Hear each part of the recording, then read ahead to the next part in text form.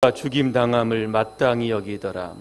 그날에 예루살렘에 있는 교회에 큰 박해가 있어 사도 외에는 다 유대와 사마리아 모든 땅으로 흩어지니라. 경건한 사람들이 스데반을 장사하고 위하여 크게 울더라. 사울이 교회를 잔멸할새 각 집에 들어가 남녀를 끌어다가 옥에 넘기니라. 그 흩어진 사람들이 두루다니며 복음의 말씀을 전할새 빌립이 사마리아 성에 내려가 그리스도를 백성에게 전파하니 무리가 빌립의 말도 듣고 행하는 표적도 보고 한 마음으로 그가 하는 말을 따르더라. 많은 사람에게 붙었던 더러운 귀신들이 크게 소리를 지르며 나가고 또 많은 중풍병자와 못 걷는 사람이 나으니 그 성에 큰 기쁨이 있더라. 아멘. 스데반의 순교가 남긴 것이라고 하는 주제로 말씀을 드리겠습니다. 지난 주일에는 최후의 승리자가 됩시다 하는 주제로 말씀을 드렸습니다. 스데반은 숨이 끊어지기 직전 우리에게 보여준 모습은 앞으로 우리가 어떠한 죽음을 맞이해야 하는지에 대한 도전을 주고 있습니다. 오늘 새벽에 우리 홍남표 목사님 심우하시는 우리 새찬양교회 다니시는 안수 집사님의 동생이 소천을 해서 제가 좀 부탁을 받아서 발인 예배를 오늘 새벽에 인도하고 왔습니다. 죽음의 원인은 간암이었습니다. 결국 술 때문에 죽었는데 나이가 58세입니다. 전혀 기독교와는 무관한 그러한 가정이었습니다. 동생이 간암으로 이제 얼마 살지 않게 되는 것을 보면서 끊임없이 권유하고 설득을 해서 예수님을 영접하고 죽었습니다. 저는 이 발인 예배를 드리면서 과연 나의 마지막은 어떠한 모습일까를 한번 생각해 보았습니다. 스데반의 최후의 모습은 어떠했는가? 스데반은 최후에 하늘을 우러러 주목했습니다.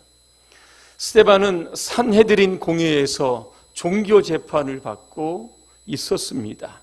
일부의 사람들이 돈으로 거짓 증인을 매수합니다. 아무리 봐도 모든 상황이 스데반에게 불리하게 돌아갑니다. 모여있던 사람들은 스데반의 설교를 들으면서 점차적으로 이성을 잃어버리는 짐승으로 변해갑니다. 급기야는 귀를 막고 소리를 지르고 스데반에게 달려들었습니다. 그를 성 밖으로 끌고 가 돌로 그를 쳤습니다. 스데반의 몸은 피투성이가 되었습니다. 그때 그는 하늘을 쳐다보았습니다. 자신을 응원하기 위하여 서 계셨던 주님을 바라보았습니다. 우리는 누구일까? 골로새서 3장 1절에 보니까 위의 것을 찾는 사람들이다. 그렇게 되어 있습니다. 도대체 위에는 누가 계시는 것일까? 고린도후서 4장 7절에 보니까 심히 큰 능력을 가지고 계신 하나님이 계시다. 그렇게 되어 있습니다. 그래서 바울은 우리에게 이렇게 도전합니다. 우리가 사방으로 우겨쌈을 당하여도 쌓이지 아니하며 답답한 일을 당하여도 낙심하지 아니하며 박해를 당해도 버림받지 아니하며 거꾸로 트림을 당하여도 망하지 아니한다 그랬습니다. 오늘 여러분의 삶이 답답하시다라고 하면 여러분 하늘을 쳐다보시기를 바랍니다. 능력의 하나님께서 여러분들을 도와주실 겁니다. 스데반은 최후의 순간에 부르짖어 기도했습니다. 그의 기도는 두 가지였습니다. 첫째는 주 예수여 내 영혼을 받으시옵소서. 또 다른 한 가지의 기도는 주여 이 죄를 그들에게 돌리지 마옵소서 그랬습니다. 스데반의 최후의 기도가 왜 용서의 기도였을까를 생각해 보았습니다. 스데반은 자신을 향하여 돌을 던지는 그 원수들을 용서하지 않고는 자기의 죄를 위하여 죽으신 예수 그리스도를 만나볼 면목이 없었기 때문에 그의 마지막의 기도는 용서의 기도였던 겁니다. 그래서 오늘 스데반은 잠을 자듯이 편안하게 눈을 감았던 겁니다. 살다 보면 우리의 주위에 불편한 사람들을 많이 만나게 됩니다. 그 사람들을 볼 때마다 오늘 스데반이 드렸던 이 최후의 용서의 기도를 여러분 떠올리시기를 바랍니다. 더 사랑하고 더 용서하고 더 축복하는 것이 오늘 성경에서 우리에게 요구하는 말씀들입니다.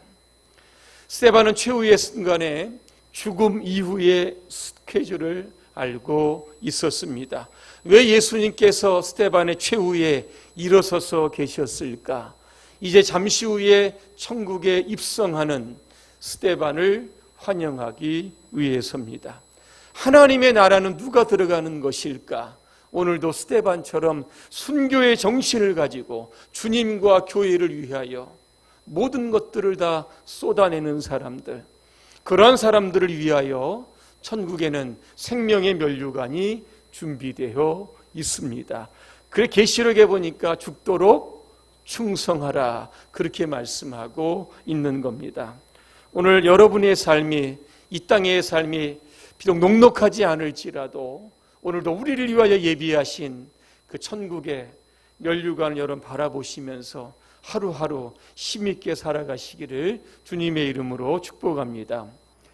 기독교 역사가들은 이 땅의 가장 이상적인 교회를 꼽을 때 이 두 가지의 교회를 꼽습니다. 하나의 교회는 이게 초대교회입니다. 초대교회라고 하면 로마가 기독교를 국교로 인정하기 전의 교회를 초대교회라고 합니다. 참고로 기독교는 AD 313년 콘스탄티누스 황제 때에 기독교가 로마의 종교로 공인이 됩니다. 그리고 392년에 데오도시 황제 때에 이 기독교가 로마의 국교로 이제 승격이 되게 되는 겁니다. 결국 313년 전까지 이 교회를 우리는 초대교회라고 부릅니다. 또 하나의 교회는 16세기와 17세기에 영국과 미국에서 있었던 청교도 교회입니다. 초대교회와 이 청교도 교회의 특징이 있습니다. 그게 뭐냐면 박해와 순교를 그들의 신앙의 표지로 삼았다라고 하는 겁니다. 한 분의 순교자를 소개해 드리려고 합니다. AD 203년 칼타고에서 순교했던 페르페투아라고 하는 여인입니다. 이 여인은 결혼해서 갓난 아이를 둔 엄마였습니다. 그녀가 옥에 있을 때 아버지가 면회를 옵니다. 그러면서 딸에게 울면서 호소를 합니다. 아직 젖을 떼지 못한 이 아이를 생각해서라도 기독교 신앙을 버릴 것을 그렇게 호소합니다. 이때 이 페르페투아는 아버지에게 꽃병을 가리키면서 저게 뭐냐고 이렇게 물어봅니다. 아버지가 꽃병이라고 이야기하자 그녀는 이렇게 이야기합니다.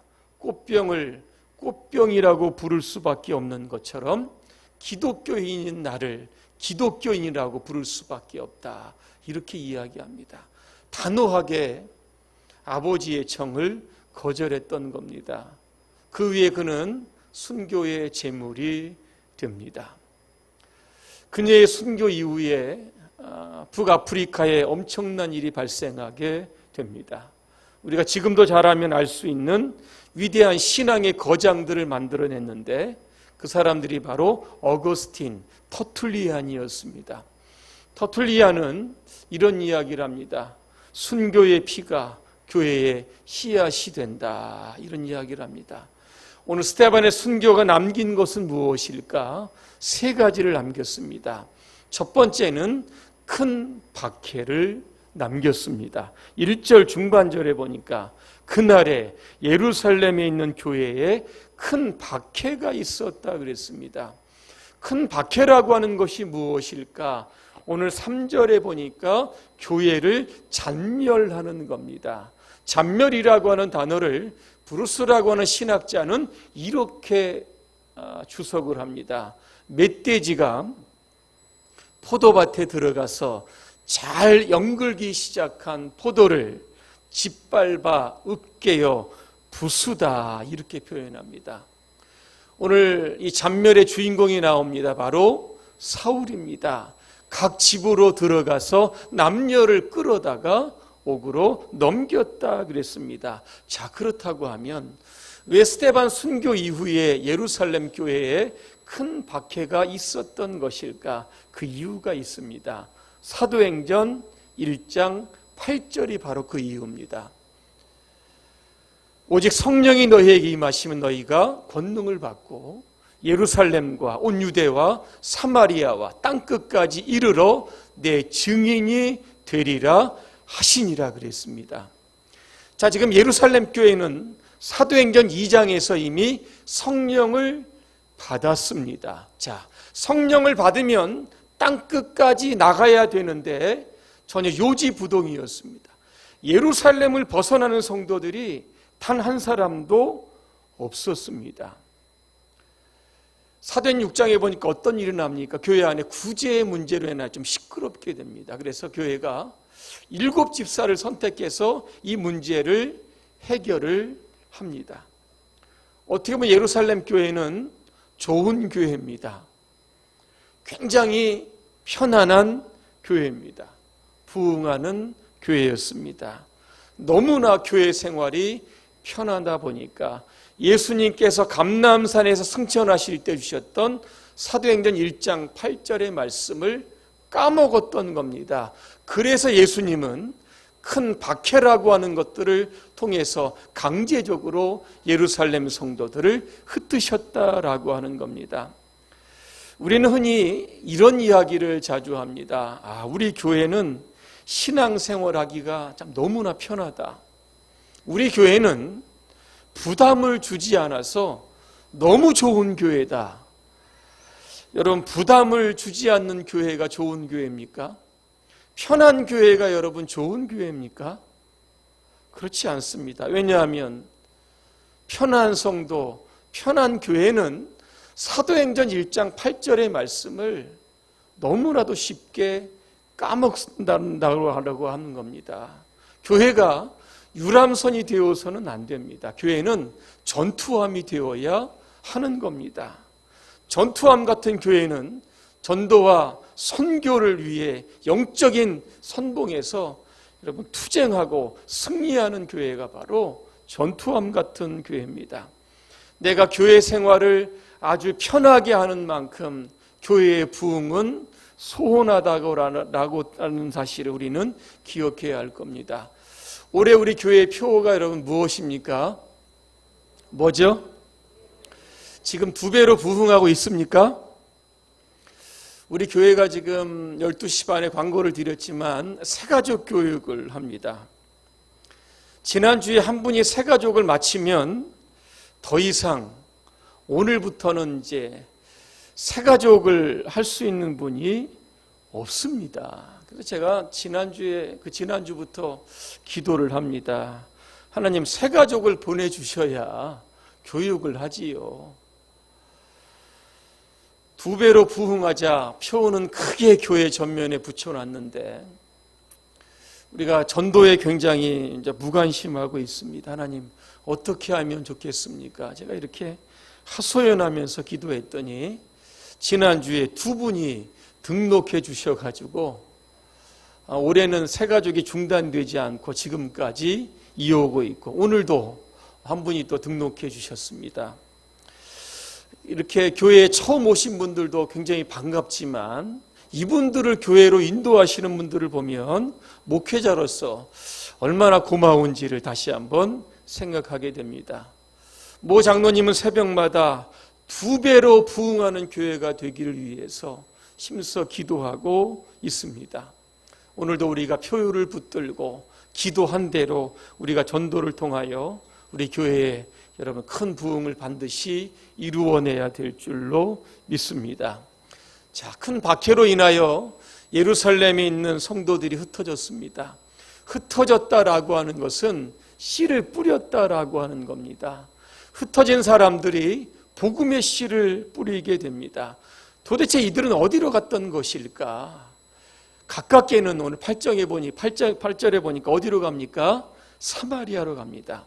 11절쯤 가다 보니까 베니게와 구브로와 안디옥까지 조금 더 멀리 갑니다.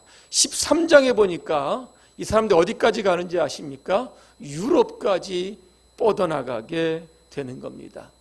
이들의 숫자는 어느 정도 될까? 성경학자들은 수만 명에 이를 것이다, 그렇게 이야기를 합니다.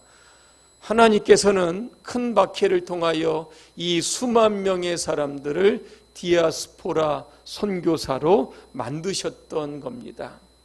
예루살렘에 있던 박해가 큰 아픔이었고 고난이었지만 하나님께서는 그 박해를 통하여 모든 성도들을 선교사로 만드시며 선교의 지평을 확장하셨던 겁니다. 저는 이 큰 박해라고 하는 단어를 큰 고난이라고 하는 단어로 좀 바꾸어서 우리의 삶에 한번 적용해 봤으면 좋겠습니다. 왜 우리의 삶에 큰 고난이 오는 것일까? 어제 국민일보에 보니까 이러한 제목이 있었습니다. 고난 가운데 오히려 하나님의 뜻을 찾았습니다. 이 기사를 쓴 분이 누구냐면 백혈병으로 투병 중인 원성도 불가리아 선교사, 나이가 69세입니다. 이분이 이 기사를 썼습니다. 원래 이 원선교사님 부부는 2004년에 여의도 순복음교회에 의해서 파송이 되어 이 불가리아로 갑니다. 그곳에서 집시 사역을 합니다. 집도 없이 떠돌아다니는 사람들을 자기 집으로 다 초청을 해서 동고동락하며 복음을 가르칩니다. 진심이 통했는지 그들이 이 원선교사님을 가리켜서 아버지라고 부를 정도로 굉장히 관계가 돈독해졌다고 합니다. 이 국민일보 취재 기자가 경기도 김포에 있는 이 원선교사님 부부를 찾아갑니다. 취재 기자가 이렇게 물어봅니다.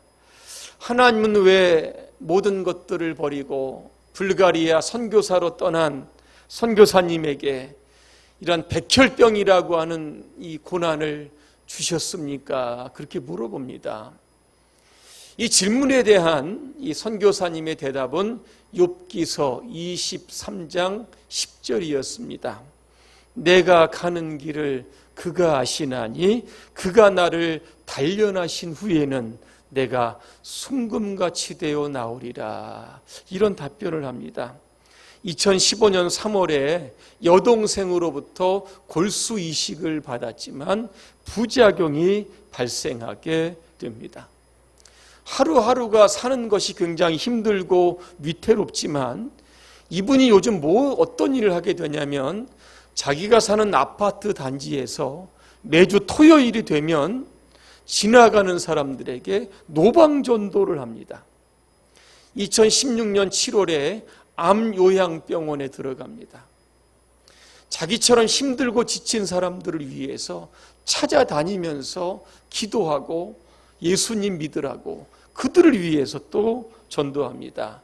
이 원선교사님의 사모님도 뇌종양 환자라고 합니다. 수면제와 진통제가 없이는 하루하루를 살기를 힘들지만 그래도 하나님의 은혜로 살면서 끝까지 복음사역에 헌신을 다하고 있습니다. 이 원선교사님의 이 앞으로의 계획이 나왔습니다. 원래 이분이요 2014년 10월에 3개월 시한부 선언을 받았습니다. 근데 지금까지 생존해 있습니다. 그러면서 그가 하는 이야기가 하나님께서 지금까지 나를 살려주셨는데 앞으로 숨을 쉬는 동안에 여러 가지 사정으로 인하여 교회 다니지 못하는 사람들을 위해서 아주 조그만 공동체 하나를 설립하고 싶다. 그의 마지막 이게 포부였습니다. 저는 이 기사를 몇 번 읽어보면서 로마서 8장 28절의 생각이 났습니다. 여러분 잘 아시는 말씀을 제가 공동번역으로 한번 읽어드립니다. 하나님을 사랑하는 사람들, 곧 하나님의 계획에 따라 부르심을 받은 사람들에게는 모든 일이 서로 작용해서 좋은 결과를 이룬다는 것을 우리는 압니다. 그랬습니다. 큰 박해, 큰 고난, 우리를 무척이나 힘들게 하지만 이 큰 박해와 고난을 통하여 우리의 삶에 더 좋은 것을 주시는 하나님을 바라볼 수 있도록 이런 모든 여건과 환경을 만들어내시는 것을 우리는 기억해야 될 줄로 믿습니다. 두 번째, 스데반의 순교가 남긴 것은 핍박자 사울을 전도자 사울로 바꾸었다라고 하는 겁니다. 1절과 3절에 보니까 사울이 나옵니다. 사울은 도대체 어떤 사람일까? 그의 고향은 길리기아 다소입니다. 다소는 터키의 남부지방입니다. 그는 베냐민 지파입니다. 가말리엘이라고 하는 스승으로부터 율법을 배웁니다. 그러니까 율법에 있어서는 정통 학자입니다. 산헤드린 공회로부터 유대교를 자꾸 핍박하는 그러한 기독교인들을 잔멸하기 위해서 한 위임장을 받아서 기독교인들을 색출하게 되는 겁니다. 이랬던 사울이 어떻게 전도자가 될 수 있었을까? 오늘 스데반의 순교와 무관하지 않다는 겁니다. 스데반은 죽는 현장에 죽어가는 그러한 모습을 바울은 처음부터 끝까지 지켜보게 됩니다. 끝까지 자기의 신앙을 변절하지 않고 자기를 죽이는 자들을 위하여 끝까지 용서하는 기도를 합니다. 그러면서 그는 이런 생각을 합니다. 도대체 스데반이 믿는 예수 그리스도는 누구일까? 그가 다메섹으로 그리스도인들을 체포하러 가는 도중에 도상에서 부활하신 예수 그리스도를 만나게 됩니다. 그분이 바로 스데반이 믿었던 동일한 예수 그리스도였던 겁니다. 그때부터 그는 사울이 아니라 바울로 살아갑니다. 네로 황제 때에 그는 참수형을 당하게 됩니다. 그때까지 그의 사역을 보게 되면 세 차례에 걸친 전도 여행과 나중에는 로마에 가서 옥중에서도 복음을 전했던 겁니다. 오늘 여러분의 삶에 고난이 있습니까? 그때가 바로 하나님께서 여러분을 하나님 나라의 증인으로 대비시키는 그러한 축복의 시간임을 우리는 기억해야 할 겁니다.